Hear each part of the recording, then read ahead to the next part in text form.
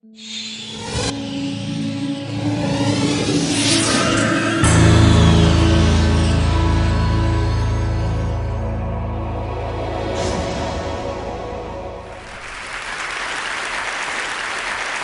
grew up to study the brain because I have a brother who has been diagnosed with a brain disorder, schizophrenia. And as a sister, and later as a scientist, I wanted to understand, why is it that I can take my dreams, I can connect them to my reality, and I can make my dreams come true? What is it about my brother's brain and his schizophrenia that he cannot connect his dreams to a common and shared reality, so they instead become delusion? So I dedicated my career to research into the severe mental illnesses, and I moved from my home state of Indiana to Boston, where I was working in the lab of Dr. Francine Bennis in the Harvard Department of Psychiatry. And in the lab, we were asking the question, what are the biological differences between the brains of individuals who would be diagnosed as normal control, as compared with the brains of individuals diagnosed with schizophrenia, schizoaffective, or bipolar disorder? So we were essentially mapping the microcircuitry of the brain, which cells are communicating with which cells, with which chemicals, and then in what quantities of those chemicals. So there was a lot of meaning in my life because I was performing this type of research during the day. But then in the evenings and on the weekends, I traveled as an advocate for NAMI, the National Alliance on Mental Illness. But on the morning of December 10, 1996, I woke up to discover that I had a brain disorder of my own. A blood vessel exploded in the left half of my brain. And in the course of 4 hours, I watched my brain completely deteriorate in its ability to process all information. On the morning of the hemorrhage, I could not walk, talk, read, write, or recall any of my life. I essentially became an infant in a woman's body. If you've ever seen a human brain, it's obvious that the two hemispheres are completely separate from one another. And I have brought for you a real human brain.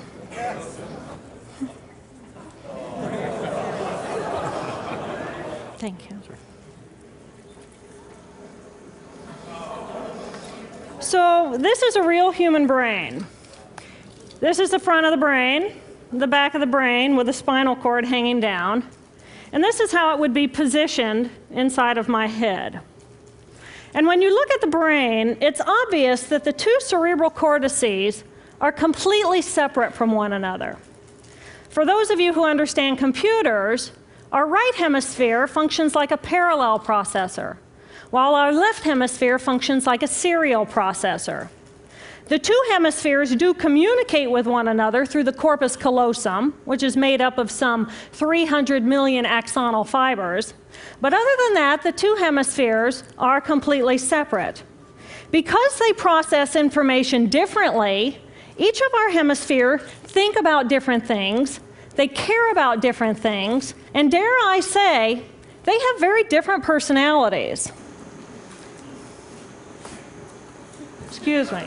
Thank you. It's been a joy.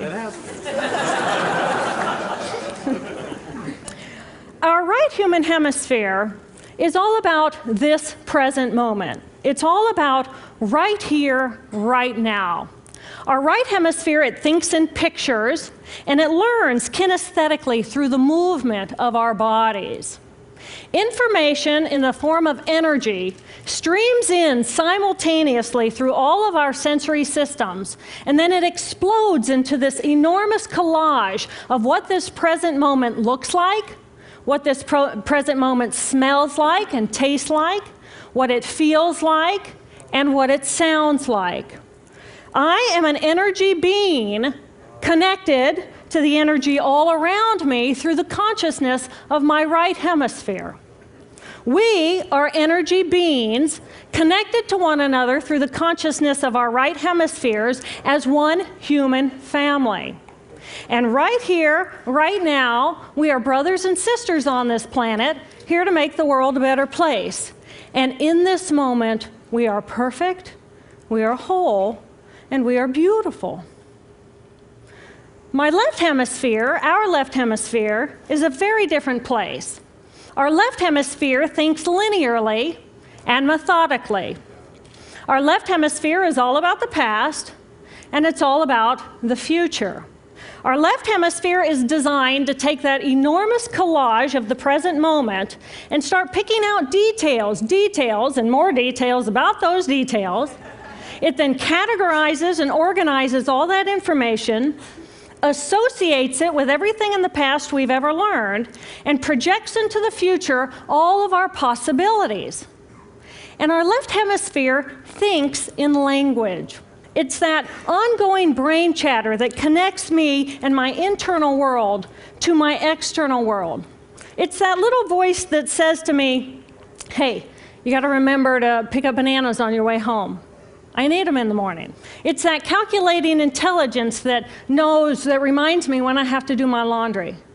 But perhaps most important, it's that little voice that says to me, I am. I am. And as soon as my left hemisphere says to me, I am, I become separate. I become a single, solid individual, separate from the energy flow around me and separate from you. And this is the portion of my brain that I lost on the morning of my stroke. On the morning of the stroke, I woke up to a pounding pain behind my left eye. And it was the kind of pain, caustic pain, that you get when you bite into ice cream. And it just gripped me, and then it released me. And then it just gripped me, and then it released me. And it was very unusual for me to ever experience any kind of pain, so I thought, okay, I'll just start my normal routine. So I got up and I jumped onto my cardio glider, which is a full body, full exercise machine. And I'm jamming away on this thing, and I'm realizing that my hands look like primitive claws grasping onto the bar. And I thought, that's very peculiar. And I looked down at my body, and I thought, whoa, I am a weird-looking thing. And it was as though my consciousness had shifted away from my normal perception of reality, where I'm the person on the machine having the experience, to some esoteric space where I'm witnessing myself having this experience. And it was all very peculiar, and my headache was just getting worse, so I get off the machine, and I'm walking across my living room floor, and I realize that everything inside of my body has slowed way down. And every step is very rigid and very deliberate. There's no fluidity to my pace, and there's this constriction in my area of perception, so I'm just focused on internal systems. And I'm standing in my bathroom getting ready to step into the shower, and I could actually hear the dialogue inside of my body. I heard a little voice saying, okay, you muscles, you got to contract, and you muscles, you relax. And then I lost my balance, and I'm propped up against the wall. And I looked down at my arm, and I realized that I can no longer define the boundaries of my body. I can't define where I begin and where I end, because the atoms and the molecules of my arm blended with the atoms and molecules of the wall. And all I could detect was this energy. And I'm asking myself, what is wrong with me? What is going on? And in that moment, my brain chatter, my left hemisphere brain chatter, went totally silent. Just like someone took a remote control and pushed the mute button. Total silence. And at first I was shocked to find myself inside of a silent mind. But then I was immediately captivated by the magnificence of the energy around me. And because I could no longer identify the boundaries of my body, I felt enormous and expansive. I felt at one with all the energy that was, and it was beautiful there. And then all of a sudden, my left hemisphere comes back online, and it says to me, hey, we got a problem, we got to get some help. And I'm going, oh, I got a problem. So it's like, okay, I got a problem. But then I immediately drifted right back out into the consciousness, and I affectionately refer to this space as La La Land. But it was beautiful there. Imagine what it would be like to be totally disconnected from your brain chatter that connects you to the external world. So here I am in this space, and my job and any stress related to my job, it was gone. And I felt lighter in my body. And imagine all of the relationships in the external world and any stressors related to any of those, they were gone. And I felt this sense of peacefulness. And imagine what it would feel like to lose 37 years of emotional baggage. Oh, I felt euphoria. Euphoria. It was beautiful there. And then again, my left hemisphere comes online and it says, hey, you've got to pay attention. We've got to get help. And I'm thinking, I got to get help. I got to focus. So I get out of the shower and I'm mechanically dressed and I'm walking around my apartment and I'm thinking, I got to get to work. I got to get to work. Can I drive? Can I drive? And in that moment, my right arm went totally paralyzed by my side. Then I realized, oh my gosh, I'm having a stroke. I'm having a stroke. And then the next thing my brain says to me is, wow, this is so cool. This is so cool. How many brain scientists have the opportunity to study their own brain from the inside out? And then it crosses my mind, but I'm a very busy woman. I don't have time for a stroke. It's like, okay, I can't stop the stroke from happening, so I'll do this for a week or two, and then I'll get back to my routine. Okay, so I got to call help. I got to call work. I couldn't remember the number at work. So I remembered in my office I had a business card with my number on it. So I go into my business room. I pull out a 3-inch stack of business cards. And I'm looking at the card on top. And even though I could see clearly in my mind's eye what my business card looked like, I couldn't tell if this was my card or not, because all I could see were pixels. And the pixels of the words blended with the pixels of the background and the pixels of the symbols, and I just couldn't tell. And then I would wait for what I call a wave of clarity. And in that moment, I would be able to reattach to normal reality. And I could tell, that's not the card, that's not the card, that's not the card. It took me 45 minutes to get 1 inch down inside of that stack of cards. In the meantime, for 45 minutes, the hemorrhage is getting bigger in my left hemisphere. I do not understand numbers. I do not understand a telephone, but it's the only plan I have. So I take the foam pad and I put it right here. I take the business card, I put it right here, and I'm matching the shape of the squiggles on the card to the shape of the squiggles on the foam pad. But then I would drift back out into La La Land and not remember if when I come back if I'd already dialed those numbers. So I had to wield my paralyzed arm like a stump and cover the numbers as I went along and push them so that as I would come back to normal reality, I'd be able to tell, yes, I've already dialed that number. Eventually, the whole number gets dialed, and I'm listening to the phone, and my colleague picks up the phone, and he says to me, and